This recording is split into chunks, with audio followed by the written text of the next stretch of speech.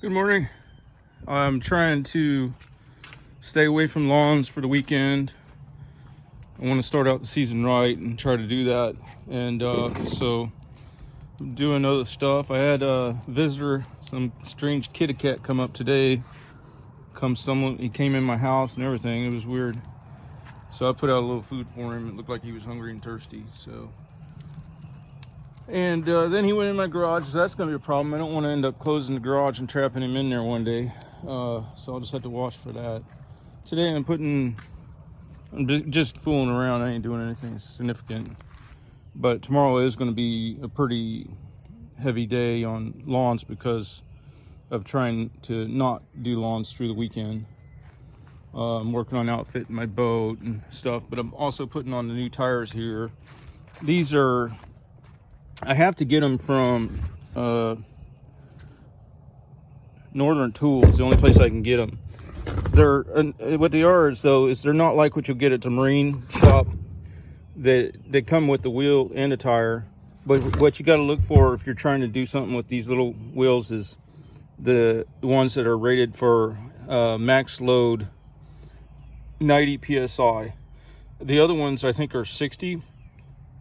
And they blow out in no time. Okay, these ones, they lasted me about a year. They did better than usual, actually. The ones that I originally had in this trailer lasted many years. And here's what ends up happening. See that blister? They'll end up blistering out on you. See that? Eventually. But anyway, they're 4.80-4-8. And they're, what are they?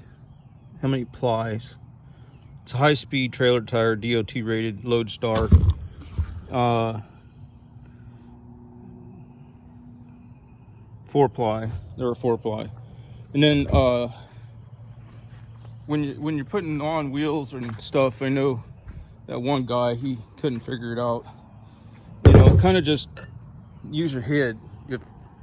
If that has a taper on it and you notice that there's a bevel there and it fits nice and easy like that, it looks like it would center up, that might be the way you're supposed to put it on there. Now I know he was dealing with studs and lug nuts, but it's even easier that way because it's even more evident. And then you see these little cups, kind of like when I did the dimple die. Those should press in a little bit as you're tightening it to the specs. So I made the mistake of taking this trailer to there's a cat. I don't even know whose it is, but I took it to a tire shop once, and the guy's tightening it. He's like, "Hey, boss," he was telling his boss, "Hey, these things just keep on spinning." And I'm like, "Oh crap! Did he strip them out?" I think he was just into that spring. That cup is like a spring. You can think of it as a spring. Thank goodness he didn't strip it. Now the boss didn't realize he was dealing with bolts, not studs and nuts. Studs and nuts, you strip it out, you just press the stud out, put a new stud in. You strip these out and you got a problem. And I don't think the boss understood that. And he was like, "Well, just tighten them. We don't want it coming off." You know, and I'm like, no. I'd rather have it come off than, well, I'd really rather not have it come off, but it just woke me up to the fact that I shouldn't be taking my stuff to shops because they're all in training in essence. There's no seasoned people out there anymore, whether it be the counter help at a parts store or tire shop. It seems like it's becoming more and more rare that there's people that with actual knowledge, and more of them that are in a learning phase. But anyway, then a couple years ago I was just working on this boat, and well, not really working on it, but the tires that were on it were dry rotted. So I had some that were actually the same size that I got off Craigslist, real cheap. The guy had them, he ordered them, then ended up not needing them. But they were a little taller, so I never ran them on my landscape rig because I have everything kind of optimized where that little extra height might have caused the suspension to go and then drag on the underside of the decking and then cause belt breakdown or blisters or whatever. But they work great on this, so I'm glad I hung on to them for the last 3 or 4 years. And so now that's got new tires. And then I want to try to find some fenders for it.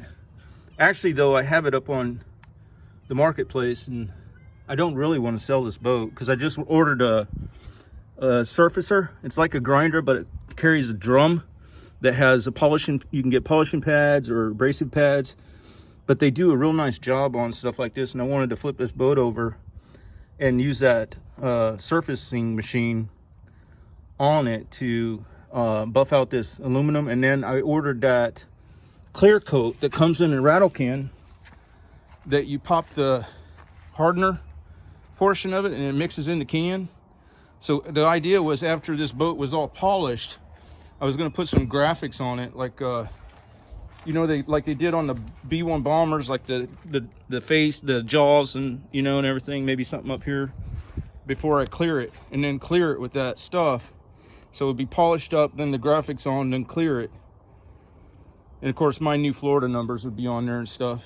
But it may end up selling today because I'm getting a couple things on it. So if that's the case, I got all that surfacing and all that for another project too. So it wasn't just for this. But anyway, I'm just trying to stay off of the lawns and stay focused on other stuff. Otherwise, I get an imbalance going where I don't have enough of my infrastructure and stuff done. The other day I had a picture at the end of my video of this here, and this vines. I've been putting my coffee grounds out here at on the azaleas and stuff. But one thing that's come up this year is this vine that's like protecting itself by embedding in the bark there. And I think that might have been a house plant. I'm not sure what plant that is. Somebody knows, let me know. Then it was there last year on this tree, and now it's growing up on this tree.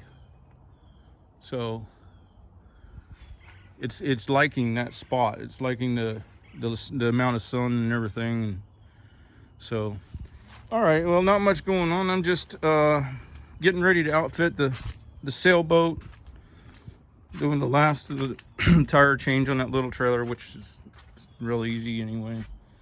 I'm not really doing anything. And I got a bunch of people hitting me up on the 16-foot landscape trailer, so that may be going today too. And then it's on to the next thing. Well, I'm gonna get back to work, and I'll catch you later. Good afternoon. Sunday, just wrapping up some stuff. Trying to stay off the lawns. But I did put new tires on the little wagon, little trailer. I'm supposed to be changing the spindle bearings on the 72, on my main 72. For some reason I keep losing the spindle bearings on the one side. I think I've changed the spindle shaft. I have not changed the housing, but I'm not sure why I keep losing the bearings on that one spindle. So I probably won't get it done. I'll probably just take the 60-inch tomorrow. And normally it wouldn't be a problem, but I do have one big yard that might be something I regret, but we'll see. I'm thinking I probably won't get to that spindle bearings. I did manage to load up the little 50 mile per gallon buggy car, the Geo Metro, to take it in to get the headliner repaired, and then I got to do the body work on it and stuff because the paint's gone from sitting out in the sun. It's only got 118,000 miles, which is not much. I used to have one that I used for pulling lawn rigs, and they get like 50 miles a gallon with a little 3-cylinder. And the one that I used for pulling lawn rigs was pulling the 60-inch Hustler on the little flatbed. I clocked up to I think it was 330,000 miles on it before I got rid of it. And then I never got rid of it, except for, I mean, it wasn't my favorite car, but it was a matter of my circumstances that pushed me into doing it, for sure. But then once I had it, I kind of liked having that fuel economy and stuff. But yeah, the reason I got rid of it was the shift shaft seal that comes back out of the transmission to the shift lever. Um, it started leaking, and they take Pennzoil Synchromesh, which is not a cheap gearbox fluid, and the only way to fix it was to drop the trans, but it probably wouldn't have been that hard. I just didn't have time, so I sold it on down the line with that needing to be repaired.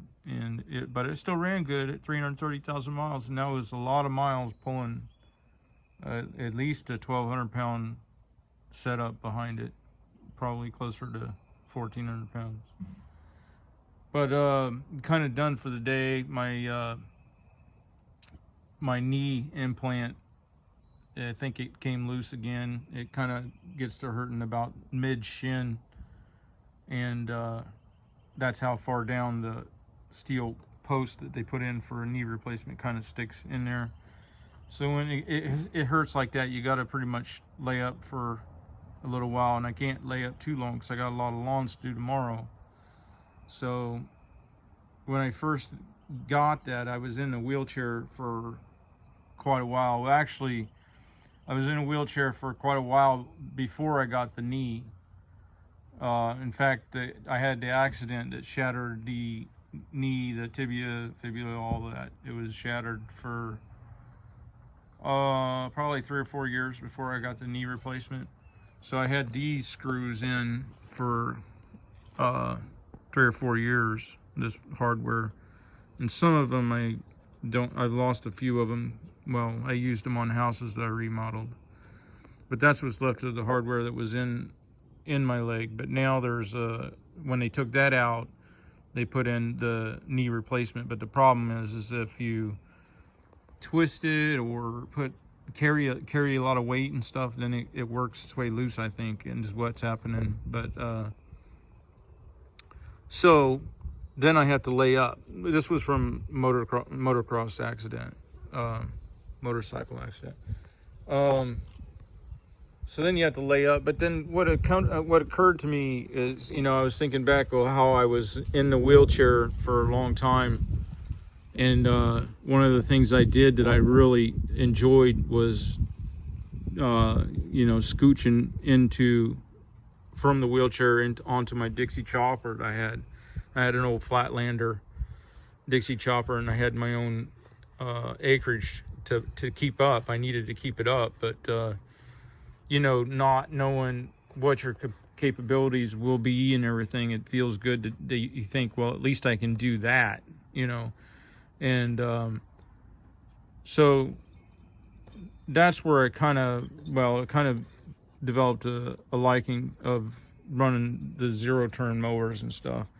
But one of the things that I got to exploring then was like, well, I can't walk, and most people want string trimming done too, so I was that's when I got into the remote control stuff, because I was trying to figure out how can I make a platform, kind of like what, Segway now, or whatever it is.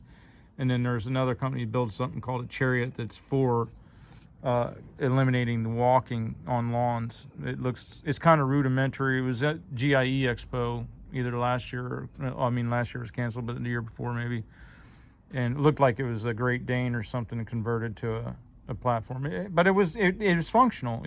I thought that it needed a little bit of dressing up still. Ain't exactly what I had in mind though. They did a different method of keeping your hands free. That's the key. You got to keep your hands free, because your hands are holding the string trimmer or whatever. So I got into that remote control stuff, trying to figure it out, and I never got to the point where I got it completely figured out, but I was working on it for a while, and but it was a good thing that I was able to get on the mower, because I was pretty down for a while, just sitting in the wheelchair and scooting around. So, but now the implant's starting to hurt again, and the frustration of it is a lot of that came about when I was trying to do bobcat work in the off season, And I'm thinking that I pretty much screwed myself over trying to do all that, because the season came early, and if I had spent that time instead working on my routes, working on advertising, getting customers closer to my house, and tighter routes, getting the mowers ready even. But who would have known that it was going to come in literally 4 months earlier than last year? It's nuts. So, and then who was to know that the fuel prices were going to drastically change? So that now I'm trying to flip the script and reinvent how I'm going to pull a mower this year and still be profitable, but either way, I think it was a big mistake trying to do bobcat work, because it's harder on your leg and everything. You got to get in and out of the machine, and it only does so much. Sooner or later, you end up toting logs around, walking and carrying, and you're climbing over attachments to get in and out of the cab, and so I think I made a big mistake, but I'm going to try getting my diet worked out and taking in minerals and everything that I can do, and hope for the best that I can, get back on track and still be in a condition where I can do, 15, 20 yards a day. Should be fine for me. So, all right, I'm going to get on to something else. Y'all have a good day.